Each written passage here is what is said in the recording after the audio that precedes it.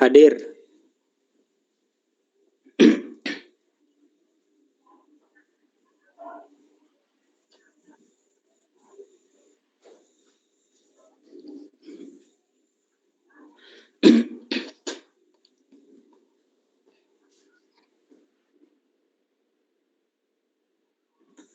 Alhamdulillah sehat Ustadz Ahdan Al-Halim. Sehat-sehat.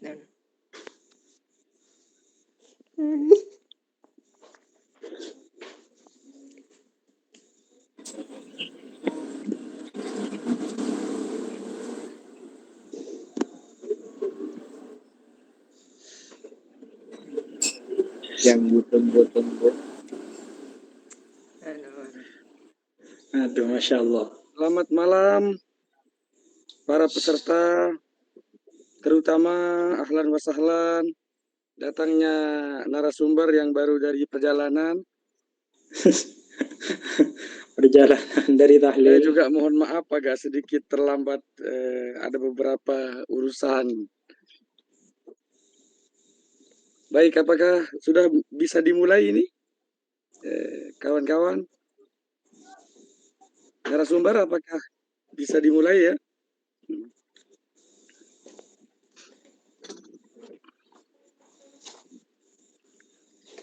Assalamualaikum warahmatullahi wabarakatuh. Waalaikumsalam warahmatullahi wabarakatuh. Alhamdulillahirabbil alamin wassalatu wassalamu ala asyrafil anbiya wal mursalin Sayyidina Muhammadin wa ala alihi wa sahbihi ajma'in, amma ba'du. Para sahabat-sahabat Kopdarin yang kami muliakan, terutama Bapak narasumber, Kiai narasumber kita, Kiai muda, seorang intelektual muslim asal Madura, Al-Mukarram Ustadz Ilyas Mubarak. Usianya masih sangat muda dan masih jomblo. Itu catatan yang penting mungkin ya. Kepada sahabat-sahabat kami yang lain yang telah memberi pengantar acara sedari tadi, yang terima kasih juga yang telah mempersiapkannya. Kami akan sedikit memberi pengantar mungkin tentang presentasi atau tema malam ini terkait mahabbah dalam lintas zaman. Berarti kira-kira narasumber nanti akan bercerita tentang sejarah, terutama ya sejarah cinta. Sejak bisa dikatakan sejak zaman baginda Nabi Adam mungkin ya. Atau bahkan Sebelumnya. Allah adalah cinta itu sendiri begitu.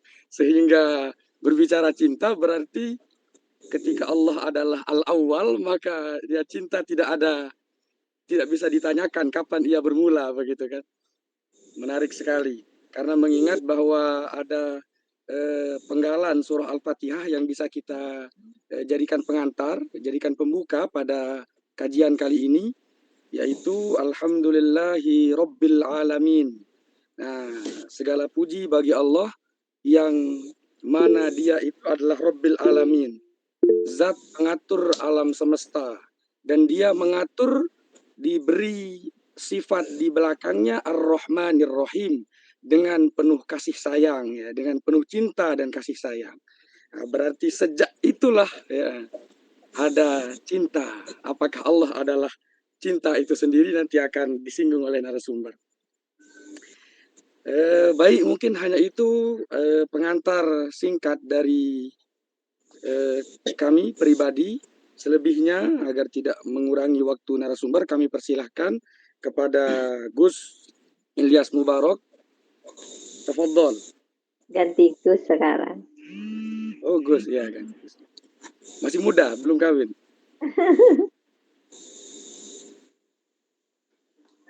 Dimulai Ustadz. Boleh. Mangga.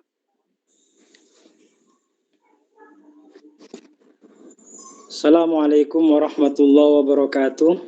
Waalaikumsalam warahmatullahi wabarakatuh. Bismillah, alhamdulillah, wassalatu wassalamu ala man la nabiyya ba'da wa ba'du. Qala rabbi syrah li sadri wa yassir li amri wahlul 'uqdatam min lisani yafqahu qawli. Amin. Yang sama-sama kita hormati host pada kajian malam hari ini, Al-Ustadz Dirgahayu Hidayat seperjuangan, yang saya ucapkan terima kasih telah memperkenalkan biodata saya secara lengkap, bahkan sampai statusnya jomblo. Sebenarnya tidak ada kata jomblo, yang ada belum nikah. Belum laku ya Ustaz. Itu kasar itu. Oke, sahabat-sahabatku sekalian, seluruh admin grup Kopdar Institute serta teman-temanku sekalian baik seangkatan ataupun yang lain yang hadir pada kajian malam hari ini, hafizakumullahu jami'an. Amin. Amin ya rabbal alamin. Di kajian pada malam hari ini kami mengangkat tema besar, yaitu mahabbah dalam lintas zaman. Tema yang sangat-sangat global. Mengapa kami mengusung tema mahabbah dalam lintas zaman? Ada beberapa alasan. Maksud dari lintas zaman ini kan berarti membahas mahabbah dari sejak zamannya Nabi Adam hingga sekarang bahkan nanti. Itu yang dimaksud lintas zaman. Kenapa kami mengangkat tema besar ini? Satu,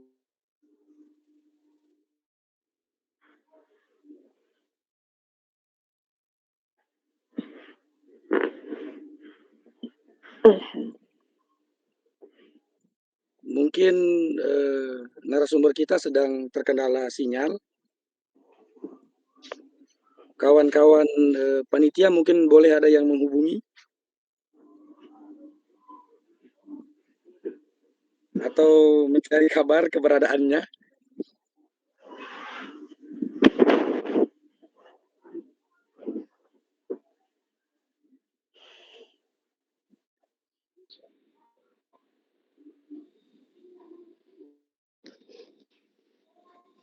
Gus Ilyas, ya, hadir. oke, nggih, silakan lanjutkan. Mungkin tadi terputus ya? Lanjutkan. Nggih, Masa lanjutkan. terputus ya? Terputus. Terputus sampai mana? Ya, lanjutkan saja. Oke, langsung ke set kedua. Saya katakan lagi kenapa kok saya mengusung konsep ini, konsep mahabbah dalam lintas zaman. Satu alasannya karena memang pembahasan mahabbah itu ada sejak alam semesta itu ada.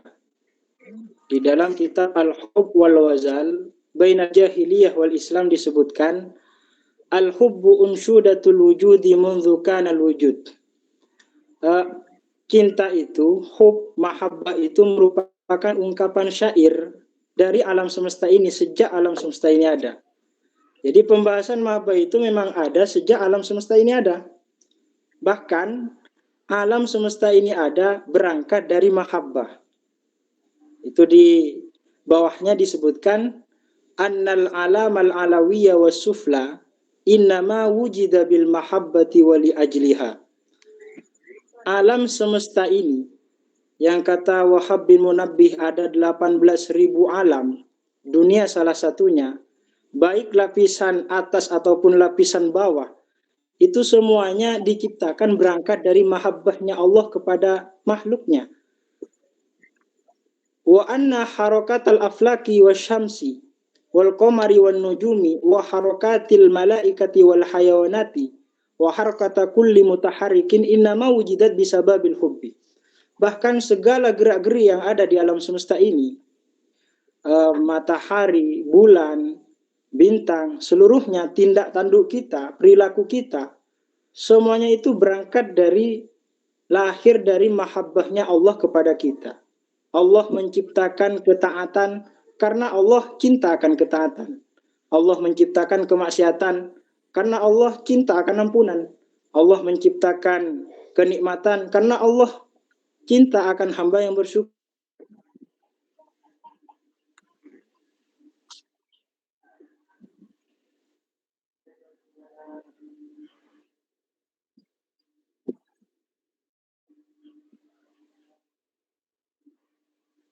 Mohon tanggapan dari peserta yang lain, apakah narasumber terputus?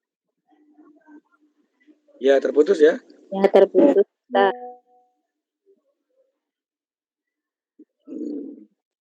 Mungkin beliau sekarang sedang berada di tempat yang jangkauan sinyalnya lemah mungkin ya.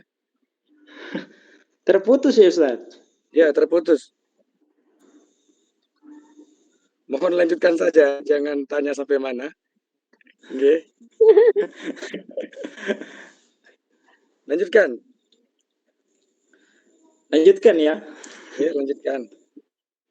Masih terputus Ustaz? Lanjut. Sudah. Bagus, bagus. Sinyalnya bagus. Bagus ya. Ya. Itu alasan yang pertama. Kemudian alasan yang kedua, kenapa kami kok mengusung tema ini? Karena di slide selanjutnya dikatakan bahwa cinta itu ruhul hayah.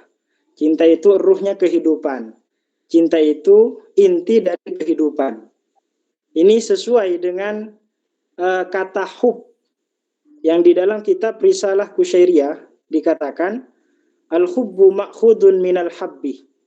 Jadi al-hub yang maknanya cinta itu diambil dari akar kata al-habbu yang maknanya biji. Kalau kita ingat kembali pembahasan di usul fikih ada konsep istiqoq. Jadi ini dua kata yang memiliki kemiripan huruf dan memiliki korelasi makna. Apa hubungannya? Kenapa kok cinta itu disebut hub? Li'annahu lubabul hayati. Terus slide selanjutnya itu Ustaz.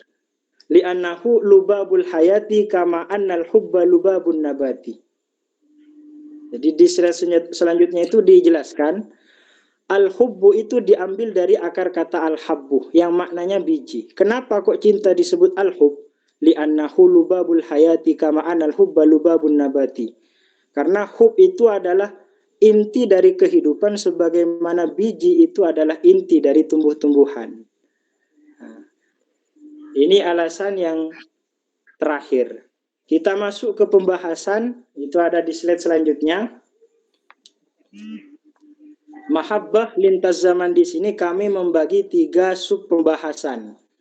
Yang pertama konsep mahabbah di masa pra-Islam, yang kedua di masa ulama klasik, yang ketiga masa ulama kontemporer. Untuk mahabbah di masa pra-Islam, kami mengambil kisah dari kisahnya Nabi Adam dan Nabi Ibrahim serta kisah yang ada di zaman Nabi Sulaiman, terakhir mahabbah versi Plato. Langsung ke sub yang pertama, ada di slide selanjutnya. Mahabbah pra-Islam. Kisah pertama ini mahabbahnya Nabi Adam kepada Siti Hawa.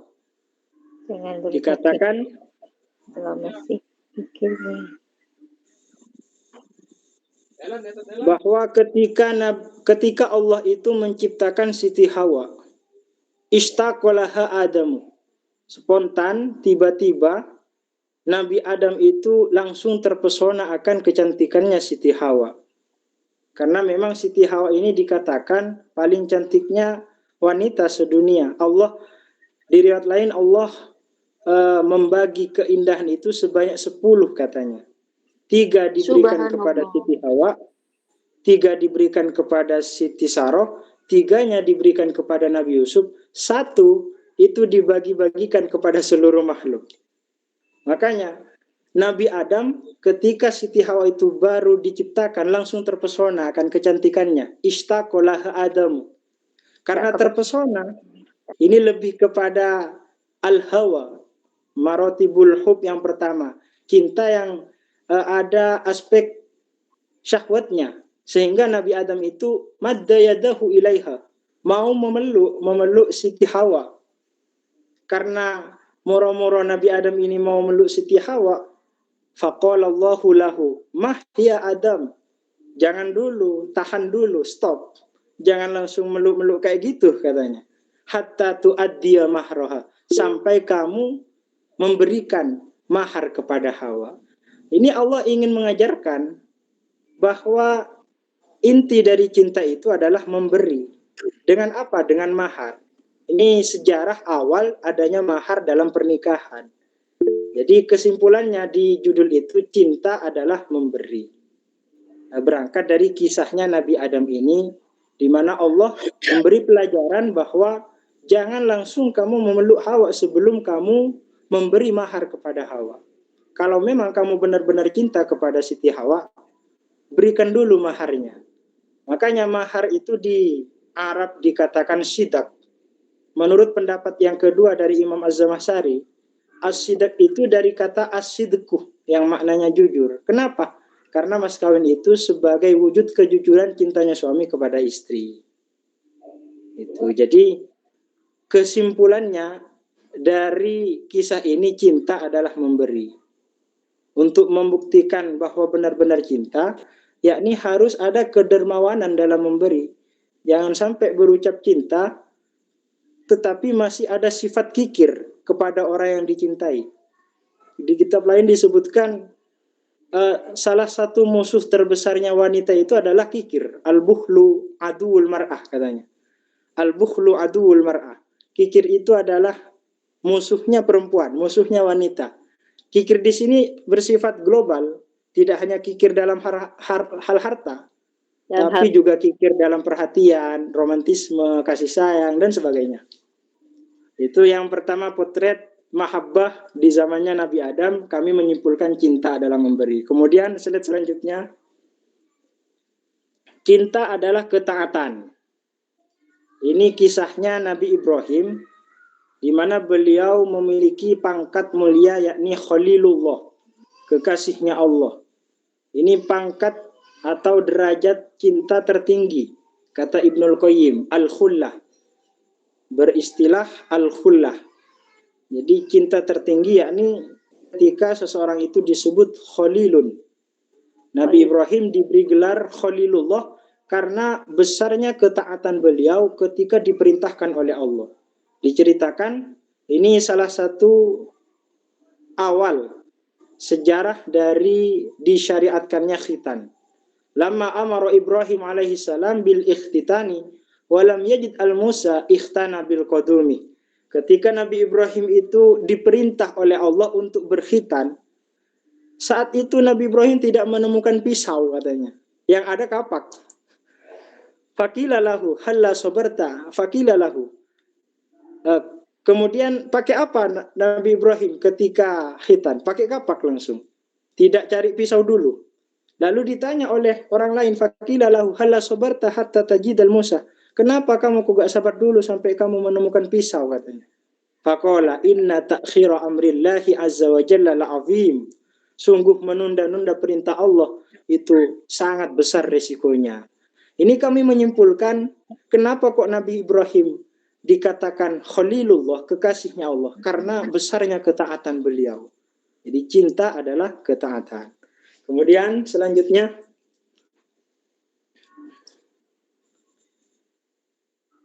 di slide selanjutnya disebutkan cinta adalah pengorbanan. Nah, kisah ini kami ambil di zamannya Nabi Sulaiman. Ada seekor burung walet yang sedang jatuh cinta kepada burung walet betina. Jadi pada saat itu di atas kubahnya Nabi Sulaiman ada 2 seekor burung walet. Lagi ditembak oleh burung walet jantannya. Namun imtana'at alaihi, yang betina itu menolak cintanya. Faqala laha, si jantan itu bilang, lima tamta'ina, kenapa kamu kok menolak cintaku? Lima tamta'ina alayya. Wa in syi'ta, kalau kamu mau, apapun yang kamu inginkan akan saya kabulkan.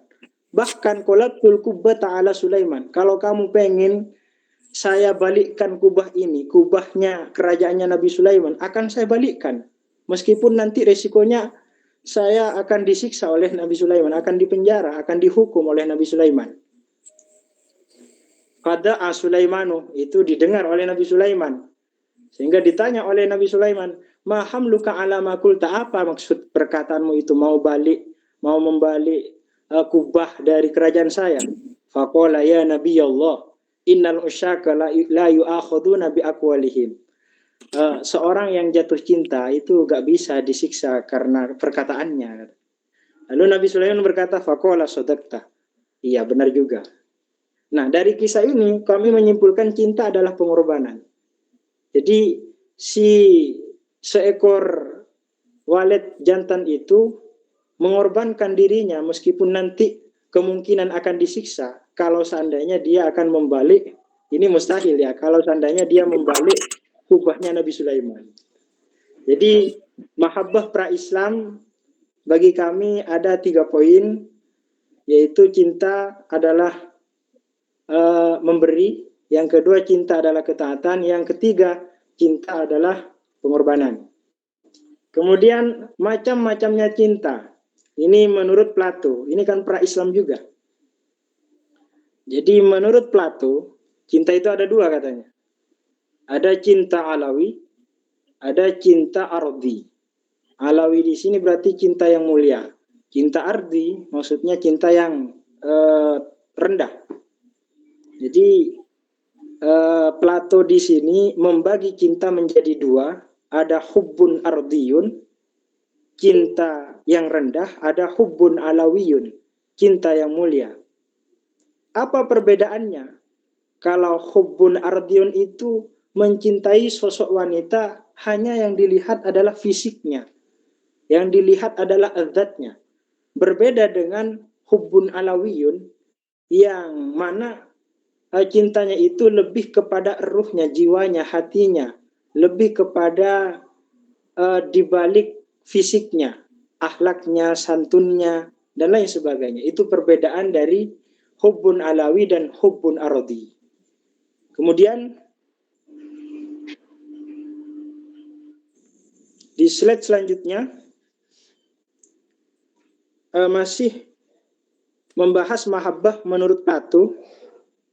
Dari pembagian mahabbah tadi, manusia itu terbagi dalam hal mahabbah menjadi 2. Yang pertama, manusia itu mencintai karena keindahan jiwanya, yang itu disebut dengan hubbun alawiyun. Yang kedua, manusia mencintai karena keindahan fisiknya, itu yang disebut dengan hubbun ardiyun, cinta yang bersifat rendah.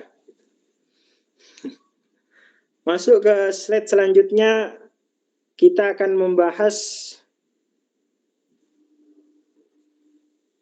konsep mahabbah di masa klasik. Kami mengambil dari konsep mahabbah ilahiyahnya Siti Robiah Adawiyah, karena ini yang paling masyhur terkait makom mahabbah. Yang dimaksud di sini mahabbah kepada Allah Subhanahu wa taala. Dan itu tertuang di dalam syair beliau, uhibbuka hubbaini hubbal hawa. Ini masuk kategori bahar mutaqarib. Katanya, nggak tahu benar dan tidaknya. Katanya masuk bahar mutaqarib yang wazannya fu'ulun sebanyak 8 kali. Kalau di Ma'had Ali yang masyhur bahar mutaqarib itu bacaan Allahumma sholli wa sallim ala Muhammad wa hasil itu. Itu bahar mutaqarib. Sama dengan syairnya Robiah Adawiyah ini. Pakai bahar mutaqarib. Uhibbuka hubbaini hubbal hawa wa hubban li'annaka ahlun lidzaka. Saya mencintaimu ya Allah dengan 2 mata cinta. Jadi cinta menurut Siti Robiah Adawiyah ada 2. Maksudnya cinta kepada Allah Subhanahu wa taala. Yang pertama apa? Hubbul hawa. Cinta karena keinginan, ada kecondongan hati, itu disebut hubbul hawa. Yang kedua apa? Wa hubban li'annaka ahlun lidzaka. Dan cinta karena memang Allah layak untuk dicintai. Lantas apa pengaruhnya dari 2 macam cinta ini?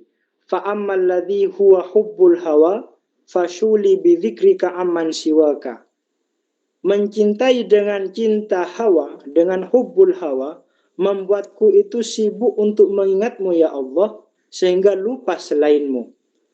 Jadi Siti Robiah Adawiyah dengan mencintai dengan cinta hubbul hawa, itu membuat beliau seluruh hatinya, seluruh pikirannya, semuanya tertuju mengingat kepada Allah.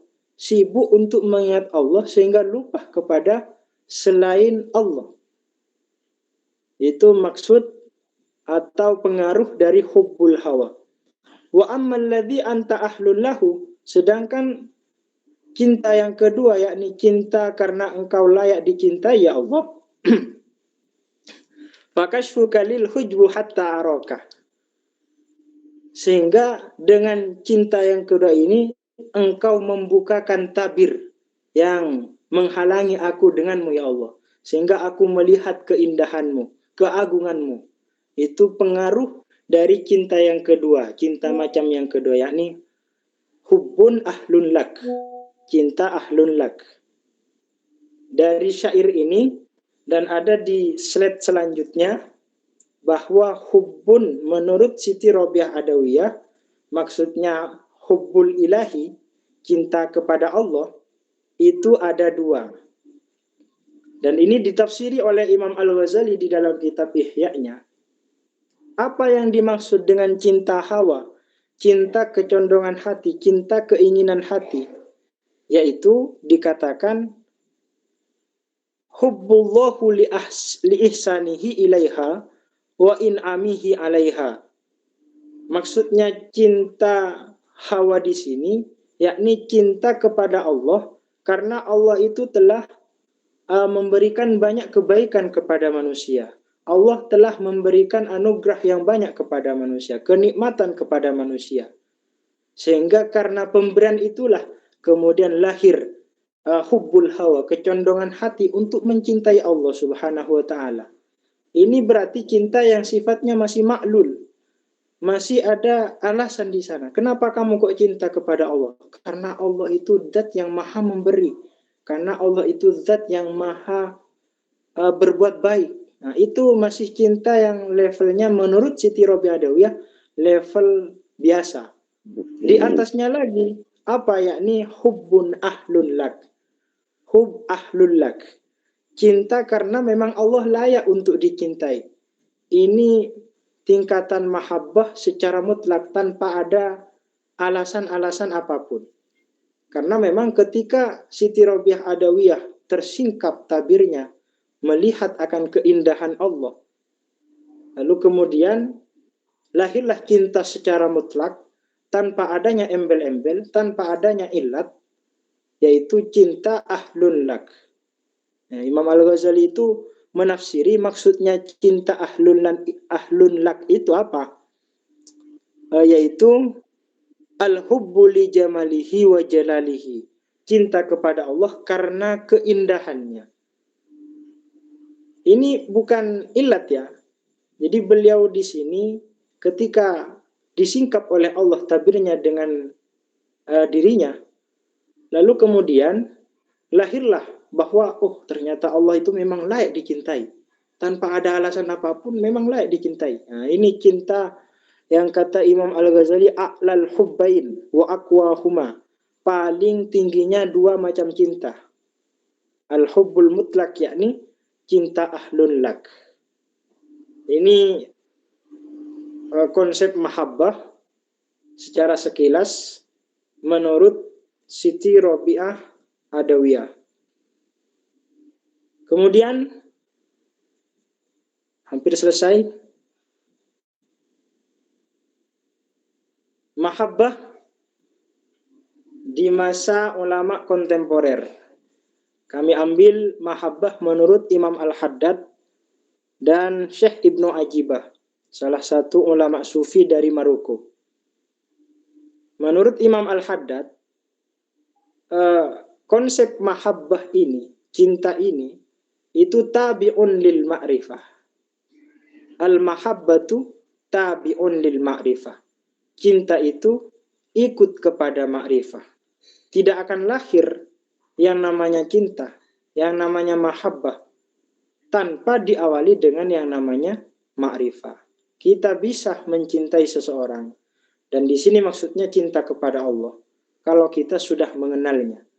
Karena al-mahabbatu tabi'atun lil ma'rifah. Makanya kisahnya Qais yang tergila-gila kepada Laila, lalu oleh masyarakat sekitarnya dicela, kenapa kamu kok terlalu cinta kepada Laila? Padahal dia cantiknya tidak terlalu. Banyak wanita-wanita cantik selain Laila. Kenapa kamu kok sangat tergila-gila? Ya, bagi saya karena memang masyarakat itu tidak memiliki makrifah sepenuhnya, tidak memiliki sifat makrifah seutuhnya kepada Laila. Hanya Qais lah yang mampu mengenal sepenuhnya secara totalitas kepada Laila, sehingga si Qais ini tergila-gila cinta banget kepada Laila. Nah itu.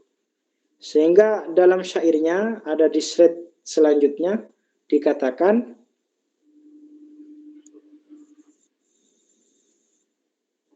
ketika masyarakat itu mencela Qais lantaran tergila-gila kepada Laila, lalu Qais itu menanggapi para masyarakat yang mencela itu. Apa kata Qais? Walau anna Laila abrazat husna wajhiha lahama bihal lawamu mithla hiyami walakinnaha akhfat mahasina wajhiha fadallu jami'an an huduri maqami. Seandainya Laila itu menampakkan keindahan wajahnya, niscaya orang-orang yang mencelaku itu sama sepertiku, tergila-gila kepada Laila. Walakinnaha akhfat mahasina wajhiha. Namun si Laila itu menyembunyikan keindahan wajahnya, kecantikan wajahnya. Fadallu jami'an an huduri maqami. Sehingga mereka yang mencelaku itu tidak tahu makom kegilaanku kepada Laila. Jadi mereka tidak tahu akan kegilaan Qais kepada Laila karena mereka tidak sepenuhnya makrifah. Kalau seandainya sepenuhnya makrifah, bisa jadi dia atau mereka akan tergila-gila seperti halnya Qais, karena tadi konsepnya al-mahabbatu tabi'atun lil ma'rifah.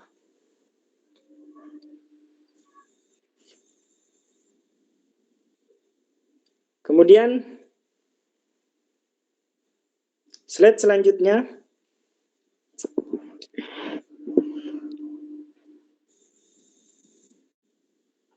membahas terkait motif cinta. Sebab seseorang itu merasakan mahabbah. Ini masih menurut Al-Imam Abdullah bin Alawi Al-Haddad. Sababu wujudil hubbi min jihatil mahbub ada dua. Imma wujudu kamalin fih. Yang kedua au husulu nawalin minhu. Motif cinta yang pertama apa? Wujudul kamal.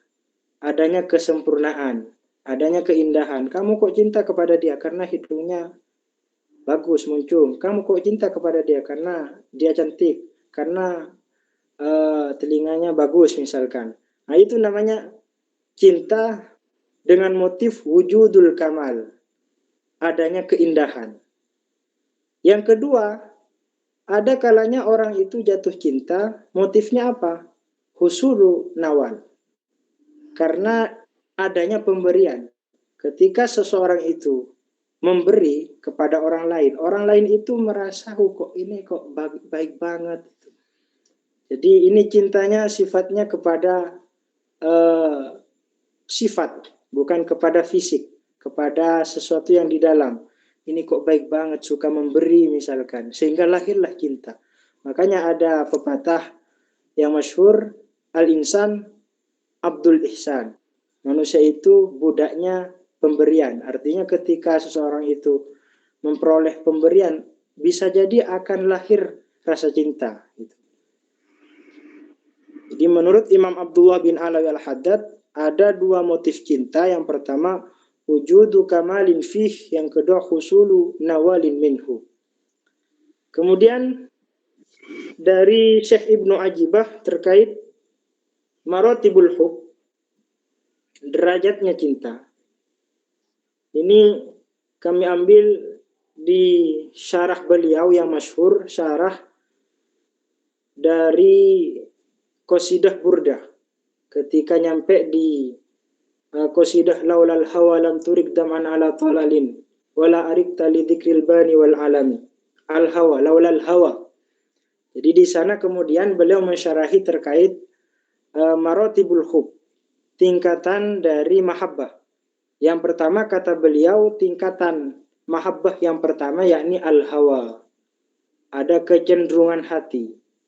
Jadi baru dikatakan cinta ketika ada al-hawa, kecenderungan hati. Ketika ada kecenderungan hati, bisa jadi naik ke derajat cinta selanjutnya yakni al-alaqah, atau ada ketergantungan hati. Ketika ada kecenderungan hati, kemudian naik ke derajat selanjutnya yakni ketergantungan hati. Ketika ada ketergantungan hati yang disebut dengan al-alaqah, masuk ke derajat selanjutnya al-ishku, rindu. Ketika berpisah jauh, rindu kepada kekasihnya. Kenapa? Karena sebelumnya sudah al-alaqah, ada ketergantungan hati. Ketika ada kerinduan hati, naik lagi ke tahap selanjutnya apa? Asyaghafu. Ini puncak dari kecintaan seseorang, puncak asmara, asyaghafu. Seperti halnya Qais kepada Laila, yang itu masyhur juga syairnya, amurru ala diyari Laila uqabbilu dal jidara dal jidara. Saya melewati rumah-rumahnya Laila dan saya cium tembok-temboknya. Wa ma hubbud diyari syaghafna qalbi, syaghafna, syaghaf di sini. Dan bukanlah aku cinta kepada tembok itu. Jadi di sini cinta dalam derajat yang keempat. Cintanya Qais kepada Laila, cinta di derajat yang keempat, yakni syaghafna, asyaghaf, puncak asmara. Lebih di atasnya lagi, derajat cinta yang terakhir menurut Syekh Ibnu Ajibah, yakni asya'afu. Kalau tadi pakai titik asyaghafu, kalau selanjutnya adalah asya'afu.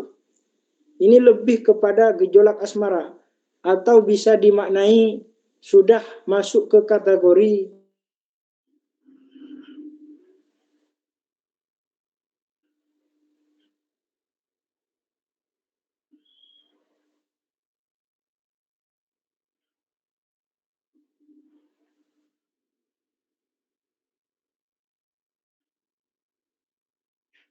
bisa membatalkan wudu. Kenapa? Karena sudah hilang ingatannya, karena terlalu mengingat kepada si kekasih itu. Itu terkait derajat cinta, terkait derajat mahabbah menurut Syekh Ibnu Ajibah. Akhiran, terakhir, sebagai bentuk penutup, kami ambil dari dauhnya Imam Al-Qadi'iyat dalam kitabnya yang masyhur Asy-Syifa bi Ta'rifi Hukukil Mustafa, ketika beliau juga membahas terkait al-mahabbah, beliau katakan, wa aksarul ibaratil mutaqaddimati isyaratun ila thamaratil mahabbati duna haqiqatiha. Dari banyaknya perbedaan terkait mahabbah, ulama banyak mendefinisikan mahabbah. Ulama banyak membahas terkait mahabbah. Seperti tadi, Plato membagi mahabbah ada hubbun ardiyun, ada hubbun alawiyun. Juga Siti Robiah Adawiyah membagi mahabbah menjadi dua. Ada hubbul hawa, ada hubbun ahlun lak. Dan juga Al-Imam Abdullah bin Alawi Al-Haddad membagi cinta, motifnya cinta, ada kalanya wujudu kamal, ada kalanya husulu nawal. Itu pembahasan cinta, terkait perbedaan ulama mengenai pembahasan cinta. Sebenarnya semuanya itu terkait ungkapan-ungkapan dari tafsir cinta itu sejatinya hanya kembali kepada buahnya cinta. Isyaratun ila thamaratil mahabbah. Belum sampai kepada hakikatnya cinta. Yang kita bahas dari awal, dari slide pertama sampai tadi terakhir, itu sebenarnya masih membahas buahnya mahabbah, bukan hakikat dari mahabbah itu sendiri. Cukup sekian dari saya. Saya kembalikan lagi kepada pimpinan. Terima kasih Nggak Luar biasa putus-putus, sekali, Ustaz Ridwan. ribuan tepuk tangan, ribuan aplaus buat Gus Ilyas Mubarok, narasumber kita. Presentasi yang sungguh sangat manis ini ternyata masih belum seberapa dibanding manisnya hakikat cinta, begitu ya. Luar biasa sekali.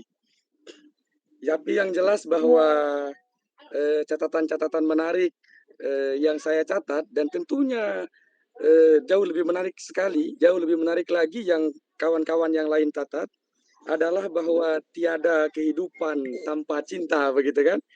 Sebagaimana tak akan pernah ada tumbuh-tumbuhan tanpa biji-bijian. Ini satu hal yang sangat menarik sekali.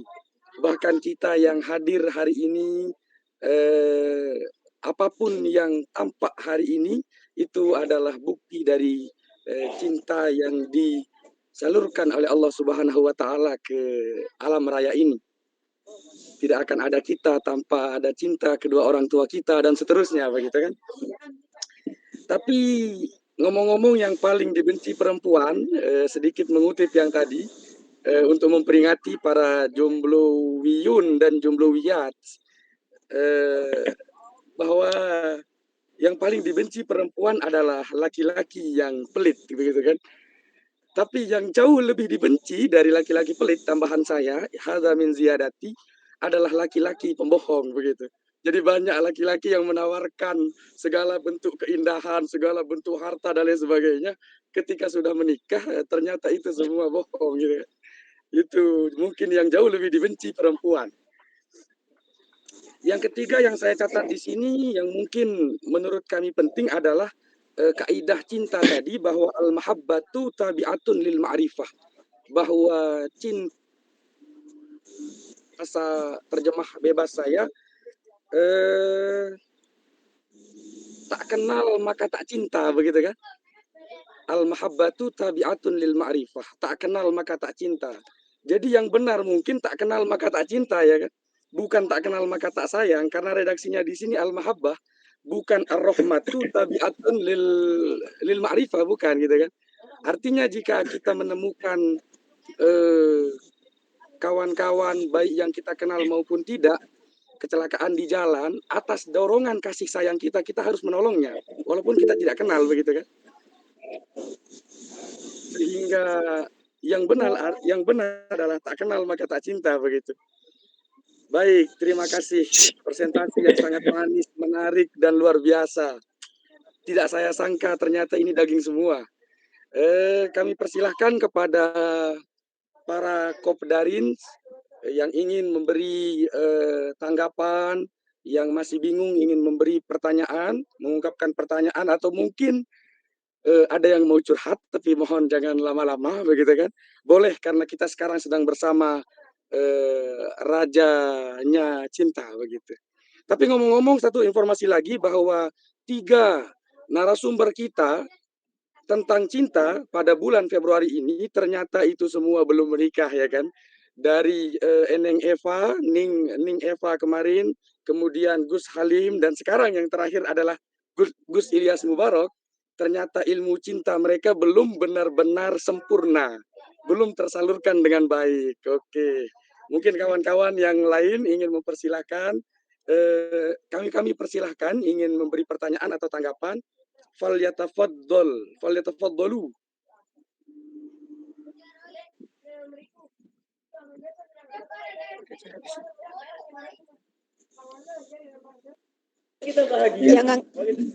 Yang angkat tangan dipilih, yang angkat tangan dipilih. Yang jawab moderator itu. Cinta menurut Ustadz Ilyas. Ya, terima kasih. Assalamualaikum warahmatullahi wabarakatuh. Pertanyaan saya simpel, Ustadz. Gus Ilyas. Ya. Tadi kan sempat menyinggung tentang Kais dan Laila. Ternyata betapapun romansa yang terbangun antara Kais dan Laila, dikutip banyak ulama, ternyata ada saja ulama yang menghalalkan darahnya Kais Laila. Di dalam tafsir Hamami, kalau tidak keliru, saya pernah mengikuti pengajiannya, Ya, di sana ternyata dikatakan bahwa Kais Laila ini halal darahnya.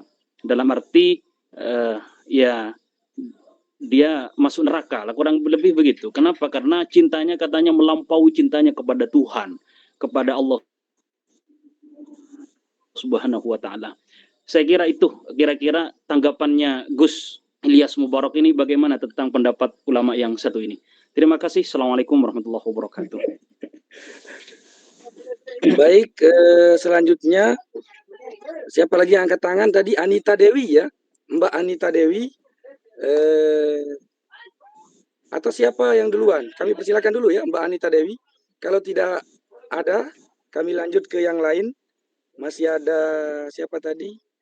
Mas Ari Fajar, kemudian Mas Ilham Ramadan. Assalamualaikum. Oke, silakan lanjutkan Mas Ari Fajar Pratama. Semoga Allah merahmati Ustadz dan keluarga. Ini izin bertanya, kalau misalnya lebih afdol itu kita menikah dengan perempuan yang sudah kita kenal atau dengan akhwat bernikob yang kita kenal lewat biro ta'aruf, Ustadz. Akhwat random gitu maksudnya ya? Iya, tapi lewat biro ta'aruf gitu, Ustadz.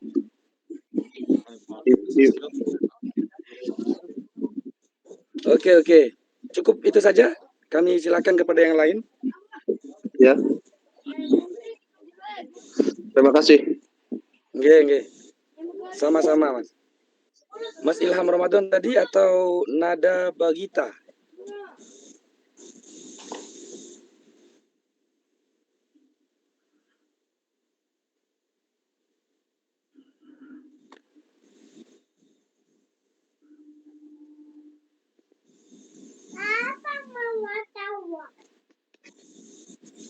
Atau bisa dilanjutkan yang lain? Ya, Mbak Nada Bagita. Kami persilakan. Bismillahirrahmanirrahim. Assalamualaikum warahmatullahi wabarakatuh. Terima kasih waktunya. Mau nanya, untuk menjaga cinta dalam rumah tangga itu kira-kira menurut Ustadz bagaimana? Terima kasih. Assalamualaikum warahmatullahi wabarakatuh. Sama-sama. Makasih Mbak. Kemudian ada yang lain? Mungkin itu dulu ya. 3 dulu. Kami persilakan kepada narasumber kita, Gus Ilyas. Kepada beliau dipersilahkan dari pertanyaan pertama sampai ketiga.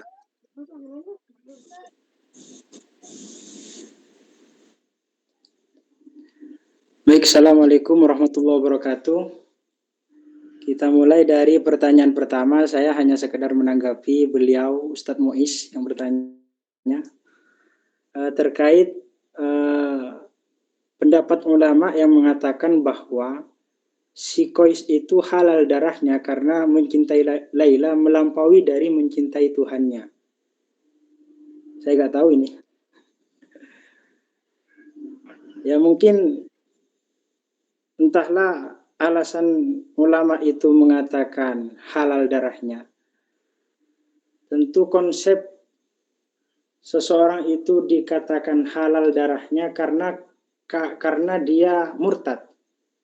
Orang itu halal darahnya. Artinya kehormatannya itu sudah tiada. Boleh untuk dibunuh, halal darahnya. Itu kalau sudah masuk ke kategori murtad.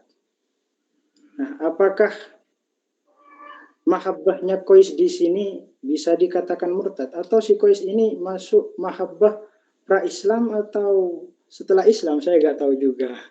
Saya hanya sekedar menanggapi saja. Jadi mungkin kalau memang betul ada pendapat ulama yang mengatakan bahwa si Qais itu halal darahnya, mungkin alasannya karena si Qais itu sudah murtad, seolah-olah mensyirikkan Allah Subhanahu wa taala dengan cintanya kepada Laila. Itu tanggapannya mungkin. Kemudian Untuk pertanyaan yang kedua, tadi terkait memilih pasangan lewat apa tadi? Eh, memilih pasangan dari akhwat yang sudah kita kenal atau akhwat yang ini lewat biro jodoh ta'aruf di bawah naungan ustadz, di bawah bimbingan ustadz maksudnya. Yaitu sebenarnya sudah ada ajarannya di Islam, yaitu konsep khitbah itu. Jadi ketika ada laki-laki itu memiliki keinginan kuat untuk menikahi seorang wanita, maka di sana diberikan syariat dari Islam yang disebut dengan khitbah, yaitu melamar. Ketika seseorang itu masuk ke jenjang khitbah, kan dia boleh ta'aruf. Ta'aruf di sini masih berbeda pendapat ulama. Menurut madhab kita agak ketat, yaitu dia boleh melihat wajah dan telapak tangannya. Karena kedua anggota itu sudah mewakili dari anggota yang lain. Ulama lain mengatakan boleh melihat kepada bagian badan yang biasa tampak. Bahkan ada yang mengatakan seluruh badannya, ini lemah, ini syad ini. Jadi sudah ada solusinya dari syariat, yaitu dengan cara ta'aruf itu ta'aruf dalam arti ya bisa melihat wajahnya dengan dibuka nikopnya, itu tanggapan saya mungkin ya. Kemudian yang ketiga, bagaimana cara yang menjaga, ketiga, oke, lanjutkan. bagaimana cara menjaga cintanya pasangan suami istri yang sudah nikah agar terus mencintai, yaitu sudah ditawarkan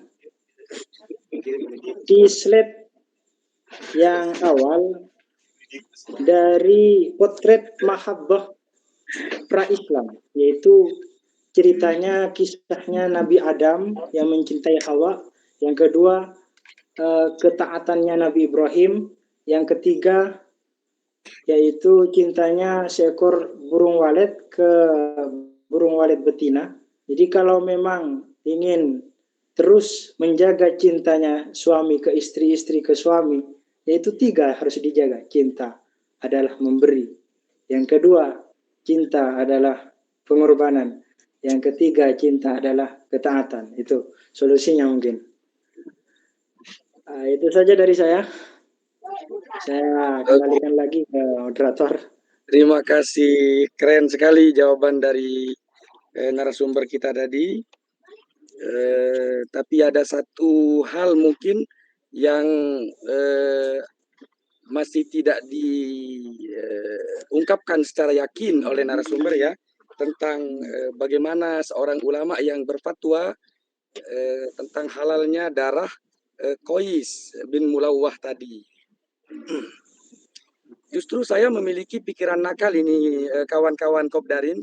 Jadi mungkin ini semacam ungkapan metafor gitu kan, ungkapan metafor dari ulama ini. Jadi kenapa sampai disebut halal darahnya? Karena Qais ini dasarnya kan dia memiliki cinta yang terlalu tinggi begitu kan.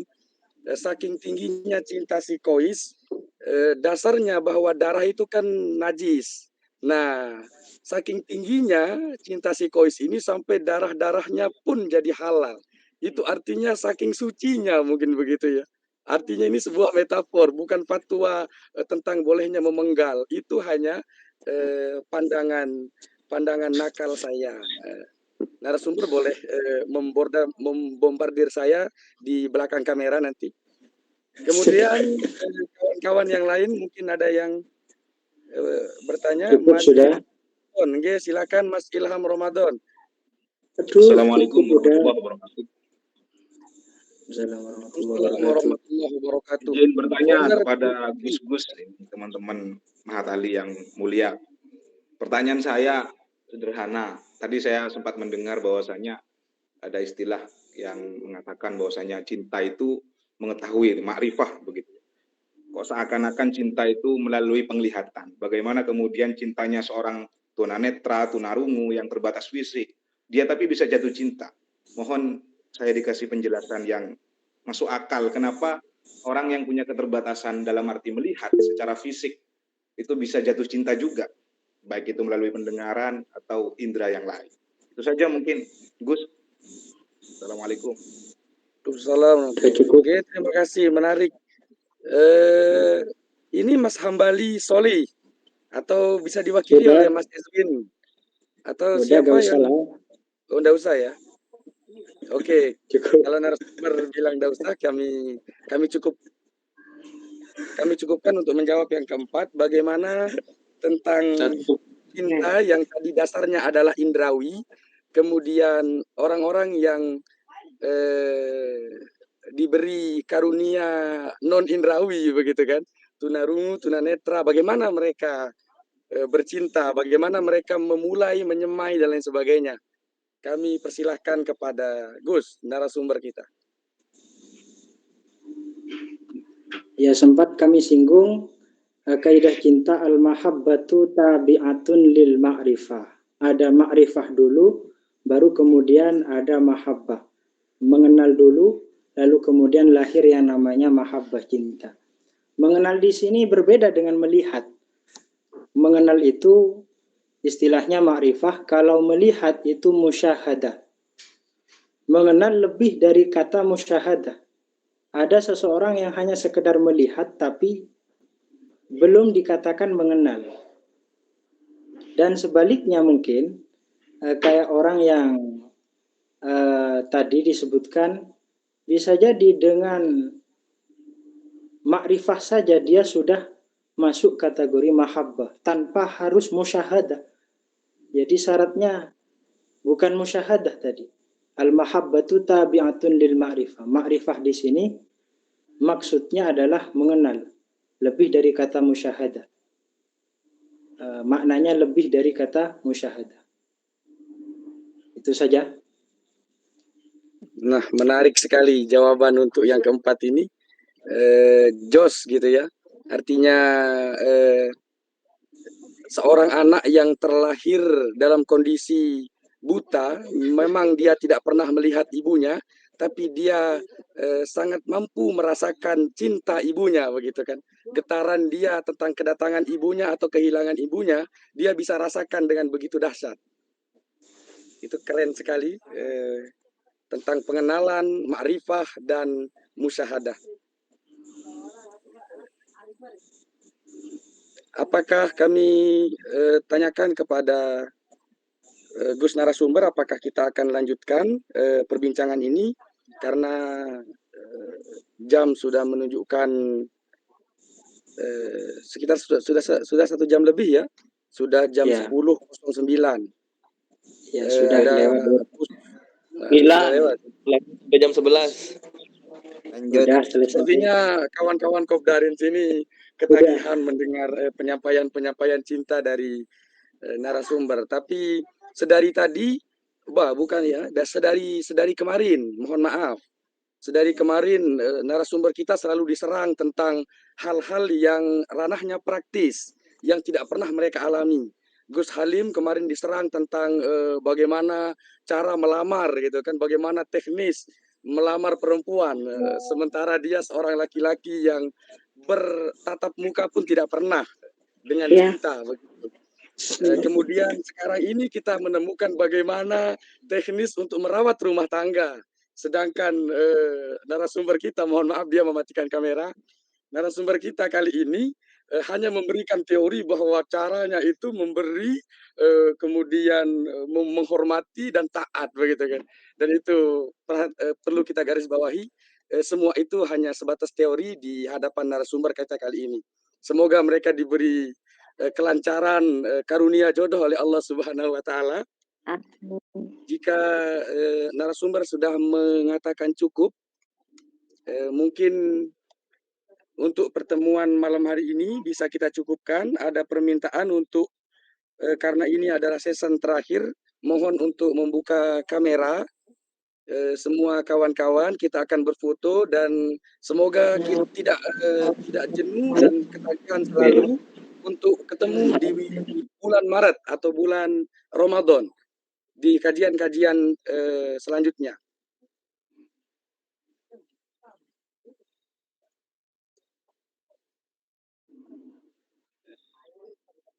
Bisa dibimbing Mas Anis, Ustadz Anis Zayadi. Oke, tes suara masuk. Masuk. Baik, saya akan hitung sampai 3. Setelah itu mohon siapkan posisi terbaik teman-teman.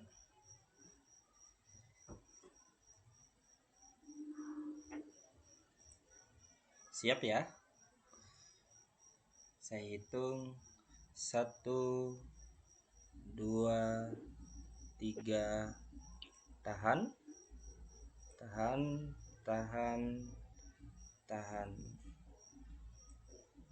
Oke. Sip. Bagus. Terima kasih. Saya kembalikan. Oke, terima kasih. Terima kasih. Salam Prabowo. Salam dua jari. Oke gas. Ya. Oke gas. Terima kasih kawan-kawan Kopdarin. Itu adalah malam ini adalah kesempatan atau perbincangan yang luar biasa sekali. Kami izin undur kepada kawan-kawan semua, kepada kawan-kawan baik yang di Jawa Timur, yang di Jogja, yang di yang di NTB, yang di Lombok, yang di Belanda, seluruh penjuru dunia, begitu ya. Jember. Kami izin undur. Di sisi Allah. Ini saja yang dapat kami sampaikan. Assalamualaikum warahmatullahi wabarakatuh. Boleh keluar atau tetap di sini? Silahkan. Waalaikumsalam warahmatullahi wabarakatuh. Semoga yang belum berjodoh bisa dapat jodohnya, terutama narasumber. Amin kencang. Keren.